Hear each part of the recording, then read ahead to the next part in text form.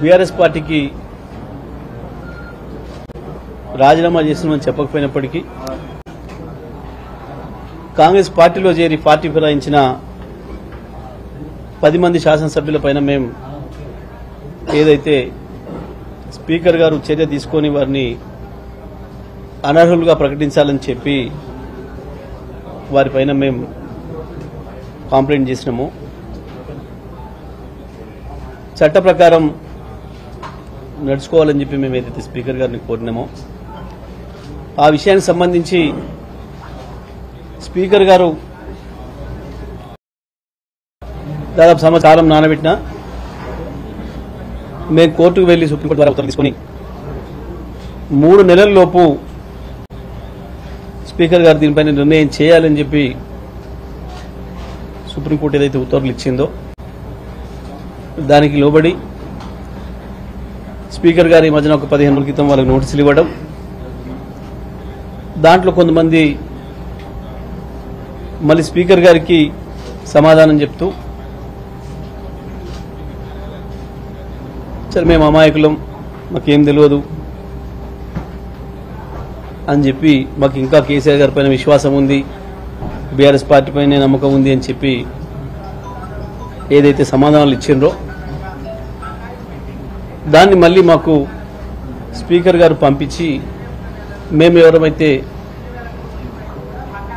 పిటిషనర్లు ఉన్నామో మాకు అవి పంపించి దీనికి మీరు ఇంకా ఏమైనా రిజైండర్లు ఉన్నాయా, మీరు గతంలో ఏదైతే కంప్లైంట్ చేసిండ్రో ఈ శాసనసభ్యుల పైన వీరు ఈ రకమైన సమాధానం చెప్పిండ్రు, మాకు మీరు ఇంకేమైనా చెప్తారా దీనిపైన అని చెప్పి వారు ఇచ్చిన సమాధానం కాపీని మాకు పంపిస్తూ 3 రోజులు గడువిస్తూ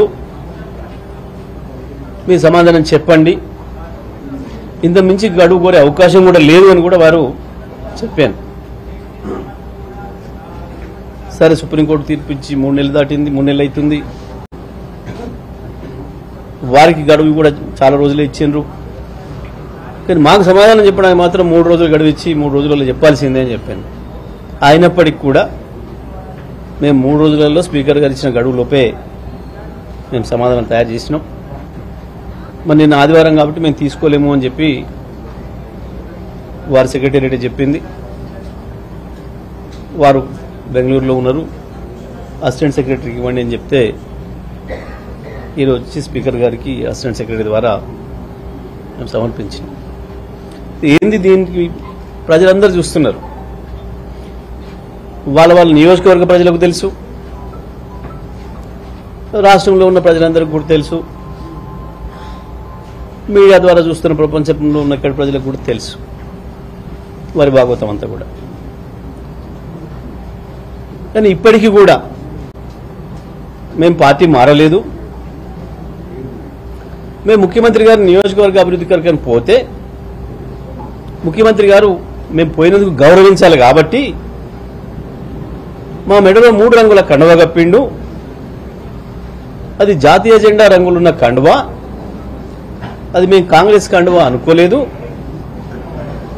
కాబట్టి మేము ఏ తప్పు చేయలేదు, మాకు ఇప్పటికి బీఆర్ఎస్ పార్టీ పైన విశ్వాసం ఉంది కాబట్టి మమ్మల్ని సభ్యులుగా కొనసాగించండి అని చెప్పి పాపం 100 ఎలుకలు తిన్న పిల్లి యాత్ర పోయిందన్న పద్ధతుల్లో వారి అమాయకత్వాన్ని నిరూపించుకునే ప్రయత్నం చేశారు. అది చూస్తే కనీసం ప్రజలు నవ్వుకుంటారు, ఆ నియోజకవర్గ ప్రజలు నవ్వుకుంటారు. వాళ్ళని చూసి ఎదురుపడితే కూడా ఎవరికైనా ఎట్లా ఉంటుంది మనం ఈ సమాధానం రాస్తే అన్న ఆలోచన కూడా లేకుండా ఎంతమంది కళ్ళు కప్పుతారు. మీరందరే సాక్షులు.